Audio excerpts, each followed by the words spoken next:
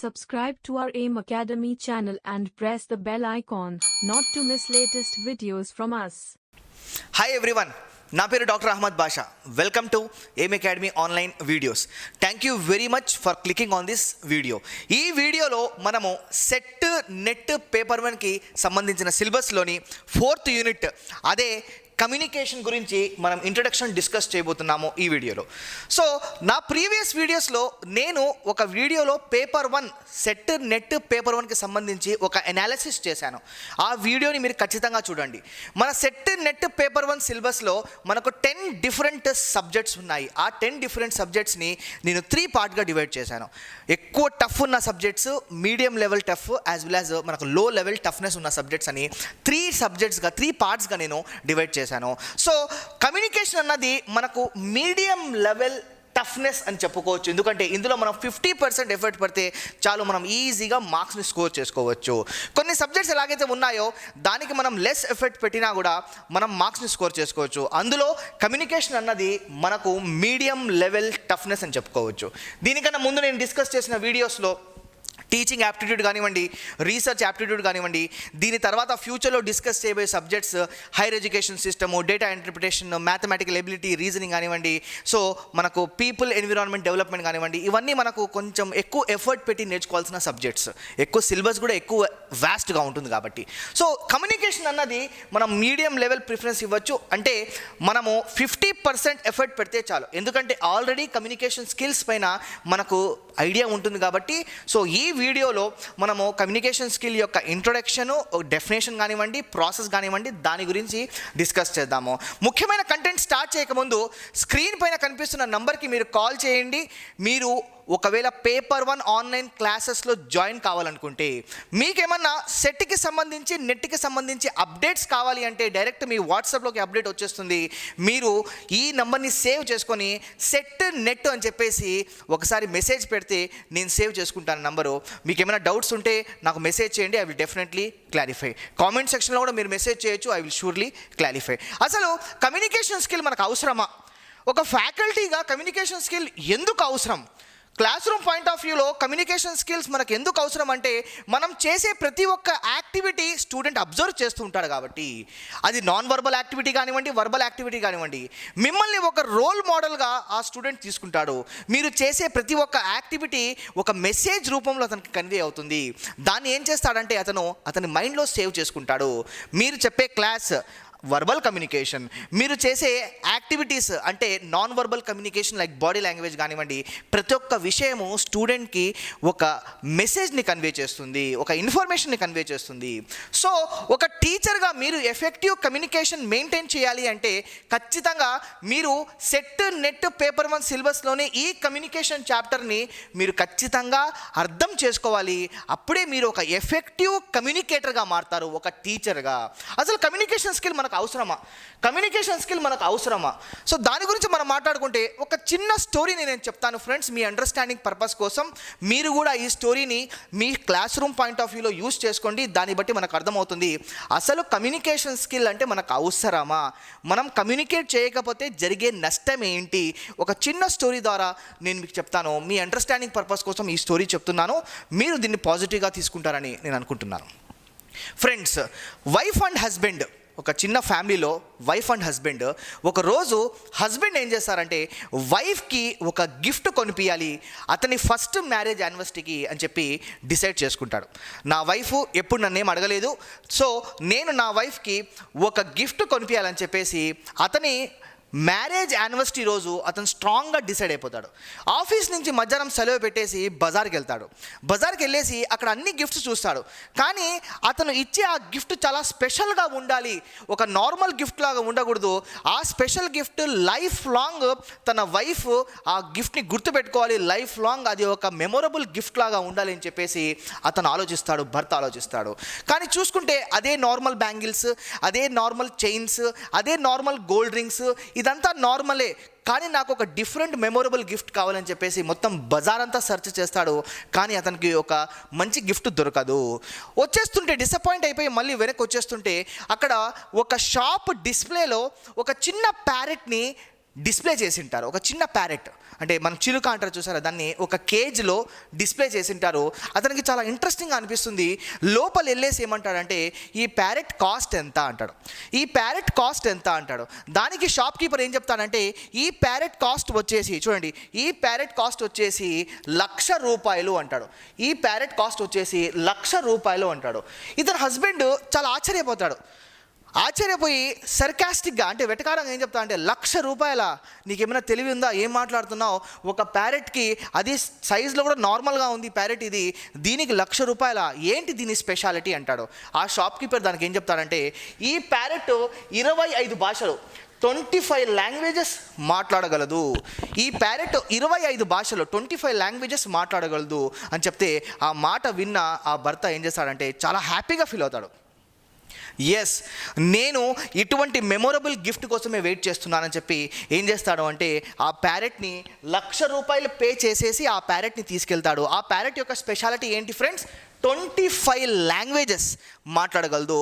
10 foreign languages కానివ్వండి, ఒక 15 Indian languages కానివ్వండి, 25 లాంగ్వేజెస్ మాట్లాడే ఆ ప్యారెట్ని తీసుకెళ్ళి ఇంటికి వెళ్ళిన తర్వాత హస్బెండ్ వైఫ్ ఒక సర్ప్రైజ్ ఇస్తాడు.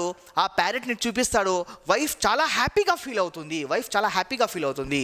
తర్వాత వైఫ్ ఏమంటుందంటే ఈరోజు మన మ్యారేజ్ యానివర్సరీ సందర్భంగా నేను ఒక స్పెషల్ డిష్ని తయారు చేశాను, నువ్వు షాప్కి వెళ్ళి సూపర్ మార్కెట్కి వెళ్ళి ఈ సరుకులన్నీ తీసుకొని రా, నేను అంతలోపల ఒక మంచి డిన్నర్ని అరేంజ్ చేస్తాను అని చెప్తుంది.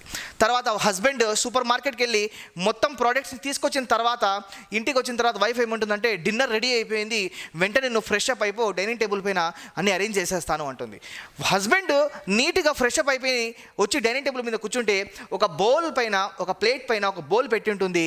హస్బెండ్ ఏంటా అని ఆశ్చర్యంగా ఎదురు చూస్తుంటాడు, చాలా యాంగ్జైటీతో ఎదురు చూస్తుంటాడు. వైఫ్ ఏం చేస్తుందంటే ఆ బౌల్ రిమూవ్ చేస్తుంది. నువ్వు తెచ్చిన ప్యారెట్ని నేను కోసి పకోడా వండేశాను అంటుంది. ఈ సిచ్యువేషన్ చూసిన ఆ హస్బెండ్ చాలా కోప్పడి చాలా యాంగ్రీగా వైఫ్ మీద అరిచేస్తాడు.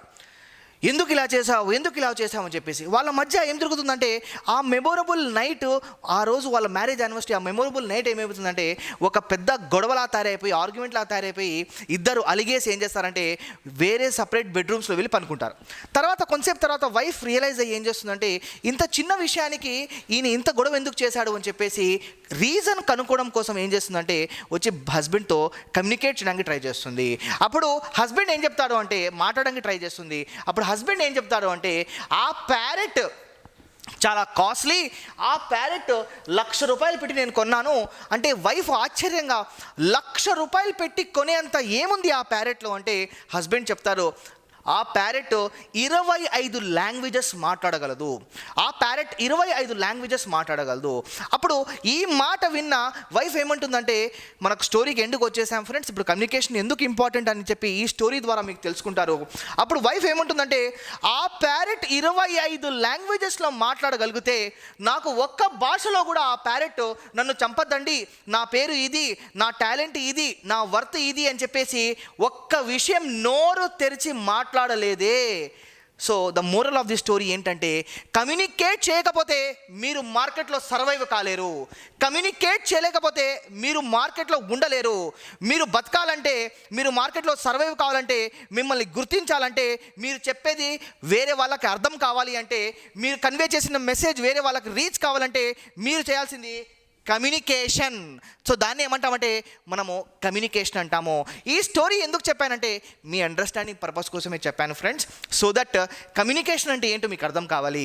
ఎఫెక్టివ్ కమ్యూనికేషన్ అంటే ఏంటి, నేను చెప్పిన ప్రతి ఒక్క స్టోరీ, ప్రతి ఒక్క కాన్సెప్ట్, ప్రతి ఒక్క ఇన్ఫర్మేషన్ మీకు ఎఫెక్టివ్గా రీచ్ అయిపోతే senders information is equal to receivers information, దాన్ని మనము 100% కమ్యూనికేషన్ అంటాము. చూడండి, senders info is equal to receivers info. చూడండి, senders information is equal to receivers information. నేను చెప్పిన ఇన్ఫర్మేషన్ అంతా మీకు రీచ్ అయిపోతే 100% ఎఫెక్టివ్ కమ్యూనికేషన్. నేను చెప్పిన ఇన్ఫర్మేషన్ మీకు రీచ్ కాలేదు, so that is not effective communication. ఇక్కడ మనం చూసుకుంటే ఒక టీచర్గా క్లాస్ రూమ్ పాయింట్ ఆఫ్ వ్యూలో కూడా మనము ఎఫెక్టివ్ కమ్యూనికేషన్ని మెయింటైన్ చేయాలి. దాని గురించి మనము ఈ వీడియోలో డిస్కస్ చేయబోతున్నాము. సో అసలు కమ్యూనికేషన్ అంటే ఏంటి, కమ్యూనికేషన్ ఎక్కడి నుంచి, కమ్యూనికేషన్ అన్న పదాన్ని ఎక్కడి నుంచి ఎక్స్ట్రాక్ట్ చేయబడింది, దీని గురించి కూడా మనకు ఫ్యూచర్, దీనికన్నా ముందు ఒక ఎగ్జామినేషన్లో ఒక క్వశ్చన్ అడగడం జరిగింది. మనం ఫ్యూచర్లో ఎగ్జామినేషన్ పాయింట్ ఆఫ్ వ్యూలో కూడా దీన్ని మనం గుర్తుపెట్టుకుంటే 100% మనకు యూజ్ అవుతుంది. ఇక్కడ చూసుకుంటే what is communication? So communication word, ఈ వర్డ్ని డిరైవ్ చేసింది లాటిన్ వర్డ్స్. ఆ 2 లాటిన్ వర్డ్స్ ఏంటంటే, ఒకటి కమ్యూనికేర్. చూడండి ఫ్రెండ్స్, ఇదే క్వశ్చన్ని మనకు ప్రీవియస్గా ఒక ఎగ్జామినేషన్లో అడగడం జరిగింది. కమ్యూనికేషన్ అనే పదాన్ని ఏ భాష నుంచి ఎక్స్ట్రాక్ట్ చేయబడింది, గ్రహించబడింది. ఇంకో విషయం ఏంటంటే, ఆ భాషలోని ఆ పదాలు ఏంటి అని చెప్పేసి కూడా ఒకసారి మనకు ఒక సెట్ నెట్ ఎగ్జామినేషన్లో అడగడం జరిగింది. సో మనకు ఇక్కడ చూసుకుంటే communication is derived from a Latin word, అదేంటంటే communicare. And another word communicatio, and another word communicatio. చూడండి, ఇక్కడ మనకు 2 లాటిన్ వర్డ్స్ నుంచి ఈ పదాన్ని ఎక్స్ట్రాక్ట్ చేశారు. దాంతోపాటుగా ద ఓల్డ్ ఫ్రెంచ్ వర్డ్, దాంతోపాటుగా చూసుకుంటే కమ్యూనికేషన్ అన్న ఒక ఓల్డ్ ఫ్రెంచ్ వర్డ్తో దీన్ని ఎక్స్ట్రాక్ట్ చేయబడింది. చూడండి, 2 లాటిన్ పదాలు. So one is communicare, another one is communicatio, another one is communication, which means to share. చూడండి, చాలా important concept, which means to share. అసలు కమ్యూనికేషన్ అంటే ఏంటి? Communication is nothing but sharing of knowledge. Communication is nothing but sharing of information. Communication is nothing but sharing of facts. మన ఎమోషన్స్ని చెప్పడం కూడా కమ్యూనికేషనే, మన ఫీలింగ్స్ని చెప్పడం కూడా కమ్యూనికేషనే, మన ప్రాబ్లమ్స్ని ఎక్స్ప్రెస్ చేయడం కూడా కమ్యూనికేషనే. ఒక స్టూడెంట్ వచ్చేసి అతని ప్రాబ్లమ్ని ఎక్స్ప్రెస్ చేస్తున్నాడు, సబ్జెక్ట్ అర్థం కాలేదు అని చెప్పేసి, అది కూడా కమ్యూనికేషనే. ఫ్యాకల్టీ మెంబర్స్ సబ్జెక్ట్ని కన్వే చేస్తున్నారు ఒక ఈజియెస్ట్ టీచింగ్ మెథడ్ ద్వారా, అది కూడా కమ్యూనికేషనే. సో ఈ కమ్యూనికేషన్ అన్నది నెవర్ ఎండింగ్ ప్రాసెస్. ఈ కమ్యూనికేషన్ అన్నది ఒక కంటిన్యూస్ ప్రాసెస్. ఈ కమ్యూనికేషన్ అన్నది స్టాటిక్ కాదు, it's a dynamic process, it's a continuous process. ఈ కమ్యూనికేషన్ వేరియస్ పాయింట్స్ ఆఫ్ వ్యూలో, వేరియస్ పాయింట్స్ ఆఫ్ టైంలో మనకు డైలీ కంటిన్యూస్గా మన లైఫ్లో ఒక భాగం అయిపోయి ఇది కంటిన్యూస్గా జరుగుతూనే ఉంటుందండి, జరుగుతూనే ఉంటుంది. మనకు డైరెక్ట్ కమ్యూనికేషన్ కానివ్వండి, ఇండైరెక్ట్ కమ్యూనికేషన్ కానివ్వండి, ఫార్మల్ కమ్యూనికేషన్ కానివ్వండి, ఇన్ఫార్మల్ కమ్యూనికేషన్ కానివ్వండి, ఇంటర్ పర్సనల్ కమ్యూనికేషన్ కానివ్వండి, దీని గురించి మనం ఫ్యూచర్ వీడియోస్లో డిస్కస్ చేద్దాము. సో మనం షేర్ చేస్తూనే ఉంటాము, అది మెసేజ్ కానివ్వండి, ఫ్యాక్ట్ కానివ్వండి, ఐడియా కానివ్వండి, ఇన్ఫర్మేషన్ కానివ్వండి, ఎమోషన్ కానివ్వండి, ప్రాబ్లం కానివ్వండి, sharing of these all from one person to another person is nothing but communication. ఇక్కడ కొన్ని కండిషన్స్ ఉన్నాయి, దాని గురించి కూడా మనము డిస్కస్ చేద్దాం. అంటే కొన్ని మోడల్స్ ఉన్నాయి, దాని గురించి కూడా డిస్కస్ చేద్దాం. అంటే linear model of communication, transactional model of communication కానివ్వండి. కొందరు సైంటిస్టులు దీని గురించి కొన్ని మోడల్స్ ఇచ్చారు, డేవిడ్ బెర్లో మోడల్ ఆఫ్ కమ్యూనికేషన్. ఈ కమ్యూనికేషన్ మోడల్స్కి మనము ఎక్కువ ప్రిఫరెన్స్ ఇవ్వాలి, ఎందుకంటే మనకు ప్రీవియస్గా కూడా కొన్ని క్వశ్చన్స్ ఈ మోడల్స్ పైన అడిగారు కాబట్టి దాని గురించి కూడా మనం కొంచెం ఇన్ఫర్మేషన్ ఎక్స్ట్రాక్ట్ చేసుకుందాం. నెక్స్ట్ పాయింట్ మనం చూసుకుంటే communication means exchanging ideas with someone. చూడండి, communication means exchanging ideas with someone. మనము మన ఐడియాస్ని ఎక్స్చేంజ్ చేసుకుంటాము, మనం ఆ విషయాన్ని చెప్తాము, వాళ్ళు కూడా ఏం చేస్తారు అంటే దానికి రెస్పాన్స్ ఇస్తారు, వాళ్ళు కూడా ఏం చేస్తారంటే దానికి రిప్లై ఇస్తారు, దానికి ఫీడ్బ్యాక్ ఇస్తారు. ఇక్కడ ఒక ఎక్స్చేంజ్ ప్రాసెస్ జరుగుతుంది, సెండర్కి రిసీవర్కి మధ్య ఈ ఎక్స్చేంజ్ ప్రాసెస్ జరుగుతుంది. దాన్ని కూడా మనము కమ్యూనికేషన్ అని చెప్పడం జరుగుతుంది. మన నెక్స్ట్ స్లైడ్లో మనము కమ్యూనికేషన్ డెఫినేషన్ గురించి మనము డిస్కస్ చేస్తున్నాము. ఈ డెఫినేషన్ని ప్రపోజ్ చేసింది ఏంటంటే William Neumann and Charles summer. William Neumann and Charles summer. మనకు కొన్నిసార్లు ఇటువంటి క్వశ్చన్స్ కూడా అడగడం జరుగుతుంది. మనకు డెఫినేషన్ ఇచ్చేసి ఈ డెఫినేషన్ని ప్రపోజ్ చేసిన ఆథర్ ఎవరు అని చెప్పి కూడా మనకు కొన్నిసార్లు మన ప్రీవియస్ క్వశ్చన్ పేపర్స్ మీరు అబ్జర్వ్ చేస్తే అందులో కూడా కొన్ని క్వశ్చన్స్ అడగడం జరిగింది. ఇక్కడ మనం చూసుకుంటే communication is an exchange of idea. చూడండి, communication is an exchange of idea. Communication is an exchange of ideas, facts, opinions or emotions of 2 or more persons. చూడండి, కమ్యూనికేషన్ అనేది ఒక ఎక్స్చేంజ్ ఆఫ్ ఐడియాస్ జరగచ్చు. అంటే ఒకరినొకరు ఇచ్చిపుచ్చుకుంటున్నాము, అంటే ఎక్స్చేంజ్ జరుగుతుంది. నేను ఒక మాట చెప్తున్నాను, అతను ఆ మాటకి ఇంకొక మాట యాడ్ చేసి బలం చేకూరుస్తున్నారు. అది నెగిటివ్ కావచ్చు, పాజిటివ్ కావచ్చు. ఇక్కడ ఎక్స్చేంజ్ ఆఫ్ ఐడియాస్ జరుగుతున్నాయి. అతను సపోర్ట్ చేయొచ్చు, లేదా అతను వచ్చేసి రిజెక్ట్ చేసేయచ్చు. కానీ exchange of ideas, exchange of information, exchange of opinions. చూడండి, ఒపీనియన్స్లో ఏం జరుగుతుందంటే నా ఒపీనియన్ని కొందరు యాక్సెప్ట్ చేయొచ్చు, నా ఒపీనియన్ని కొందరు యాక్సెప్ట్ చేయకపోవచ్చు. ఈ వీడియోని కొందరు లైక్ చేయొచ్చు, ఈ వీడియోని కొందరు డిస్లైక్ చేసేయచ్చు. కానీ ఒపీనియన్స్ అన్నవి ఒకరినొకరు మనం ఎక్స్చేంజ్ చేసుకునే విధంగా ఉండాలి. ఇక్కడ చూసుకుంటే ఎమోషన్స్ కూడా ఎక్స్చేంజ్ చేసుకోవచ్చు. యాజ్ వెల్ యాజ్ ఈ ప్రాసెస్ ఎవరి మధ్య జరుగుతుందంటే టూ ఆర్ మోర్ పీపుల్ వారి మధ్య జరుగుతుంది. మనకు కమ్యూనికేషన్ అన్నది ఫేస్ టు ఫేస్ కమ్యూనికేషన్ కావచ్చు, మనం కమ్యూనికేషన్ అన్నది గ్రూప్ కమ్యూనికేషన్ కావచ్చు. దీనికన్నా ముందు ఎన్నోసార్లు ఎగ్జామినేషన్స్లో మనకు క్లాస్ రూమ్ పాయింట్ ఆఫ్ వ్యూలో ఎటువంటి కమ్యూనికేషన్ ఒక ఫ్యాకల్టీ స్టూడెంట్ మెయింటైన్ చేస్తారు అని చెప్పేసి వేరే సందర్భాల్లో కూడా మనకు క్వశ్చన్స్ అడగడం జరిగింది. దాన్ని బట్టి కూడా మీరు ఇన్ఫర్మేషన్ కలెక్ట్ చేసుకుంటే మీకు 100% యూస్ఫుల్ అవుతుంది. మన నెక్స్ట్ కాన్సెప్ట్ చూసుకుంటే సో కమ్యూనికేషన్ ప్రాసెస్ ఏ విధంగా ఉంటుంది. సో ఈ కమ్యూనికేషన్ ప్రాసెస్ మనకు చాలా ఇంపార్టెంట్. చూడండి, సెండర్ అనే వ్యక్తి మెసేజ్ని ఎన్కోడ్ చేసి ఆ మెసేజ్ని ఒక ఛానల్ రూపంలో రిసీవర్కి పంపిస్తాడు. ఇది ఒక కంప్లీట్ కమ్యూనికేషన్ ప్రాసెస్. రిసీవర్ అనే వ్యక్తి ఆ మెసేజ్ని డీకోడ్ చేసుకొని మళ్ళీ రిప్లై ఇవ్వడం కానివ్వండి, ఫీడ్బ్యాక్ ఇవ్వడం కానివ్వండి జరుగుతుంది. తర్వాత మళ్ళీ ఏం చేస్తారంటే సెండర్ ఆ ఫీడ్బ్యాక్ వినేసి మళ్ళీ ఒక మాట చెప్పడం జరుగుతుంది. ఇది ఒక కంటిన్యూస్ ప్రాసెస్. దీన్నే మనము కంటిన్యూస్ సైక్లికల్ ప్రాసెస్ అని కూడా చెప్పచ్చు. సెండర్ అనే ఒక వ్యక్తి ఎన్కోడ్ చేసి ఒక మెసేజ్ పంపిస్తాడు, రిసీవర్ అనే వ్యక్తి డీకోడ్ చేసుకొని ఆ మెసేజ్ని రిసీవ్ చేసుకుంటాడు, తర్వాత రిప్లై ఇస్తాడు. ఫ్రెండ్స్, ఇక్కడ ఒక ముఖ్యమైన విషయం తెలుసుకోవాల్సింది ఏంటంటే మన ప్రీవియస్ ఎగ్జామినేషన్ క్వశ్చన్ పేపర్స్ మీరు అబ్జర్వ్ చేశారనుకోండి, ఒక సింపుల్ క్వశ్చన్ అడగడం జరిగింది. ఈ ప్రాసెస్లో డీకోడర్ ఎవరు అని చెప్పి ఒక సింపుల్ క్వశ్చన్ అడగడం జరిగింది. Very simple. ఏంటంటే ఈ ప్రాసెస్లో డీకోడర్ ఎవరంటే రిసీవర్ వచ్చేసి ఈ ప్రాసెస్లో డీకోడర్ మెసేజ్ని డీకోడ్ చేసుకుంటాడు. కాబట్టి ఇన్ ద సేమ్ మేనర్ ఈ ప్రాసెస్లో సెండర్ అనే వ్యక్తి కోడర్. ఇక్కడ చూసుకుంటే నాయిస్ అనేది ఒక డిస్టర్బెన్స్ అన్నమాట, మీ మెసేజ్ని ఎఫెక్ట్ చేస్తుంది. ఎగ్జాంపుల్గా తీసుకుంటే మనకు కొన్ని టెక్నికల్ డిస్టర్బెన్సెస్ ఉంటాయి. నెట్ ప్రాబ్లం కానివ్వండి, లేకుంటే డివైస్ సరిగా వినకపోవడం కానివ్వండి, ఎన్విరాన్మెంటల్ డిస్టర్బెన్సెస్ కానివ్వండి, అవన్నీ మనము నాయిస్లో కన్సిడర్ చేస్తాము. సో ఒక మెసేజ్ మీ వరకు రీచ్ కావడం కోసం సో మీకు ఏ విధమైన నాయిస్ ఎఫెక్ట్ లేకుంటే అక్యురేట్ మెసేజ్ రీచ్ అవుతుంది. సో నాయిస్ అన్నది ఎక్కడ అక్కర్ అవుతుందంటే నాయిస్ అన్నది ప్రతి చోట అక్కర్ అవుతుంది. అది సెంటర్ కానివ్వండి, రిసీవర్ కానివ్వండి, ఈ ప్రాసెస్లో నాయిస్ అనేది ఎక్కడ కూడా ఎఫెక్ట్ చేయొచ్చు. కొన్ని కమ్యూనికేషన్ మోడల్స్లో ఫీడ్బ్యాక్కి ఎక్కువ ఇంపార్టెన్స్ ఇవ్వలేదండి. కొన్ని కమ్యూనికేషన్ మోడల్స్లో ఫీడ్బ్యాక్ ఎక్కువ ఇంపార్టెన్స్ కాదు అని చెప్పడం జరిగింది. అంటే అక్కడ సెండర్ చెప్పిన మెసేజ్ రిసీవ్ చేసుకుంటాడు, కానీ ఏం రెస్పాన్స్ ఇవ్వలేడు. ఎగ్జాంపుల్గా మనం తీసుకుంటే మనం టీవీలో చూడొచ్చు, సెండర్ నుంచి ఒక ఇన్ఫర్మేషన్ మనకు వస్తుంది, ఒక వీడియో వస్తుంది, లేకుంటే ఒక మెసేజ్ వస్తుంది. దానికి మనం తిరిగి రెస్పాన్స్ ఇవ్వగలమా టీవీకి? Not possible. అటువంటి కొన్ని మోడల్స్ ఆఫ్ కమ్యూనికేషన్ గురించి కూడా మీరు అర్థం చేసుకోవాలి. మన నెక్స్ట్ వీడియోలో మనం కమ్యూనికేషన్కి సంబంధించి నెట్ సెట్ పేపర్ 1కి సంబంధించి ఇంకొన్ని వీడియోస్ని మేము పోస్ట్ చేస్తాము.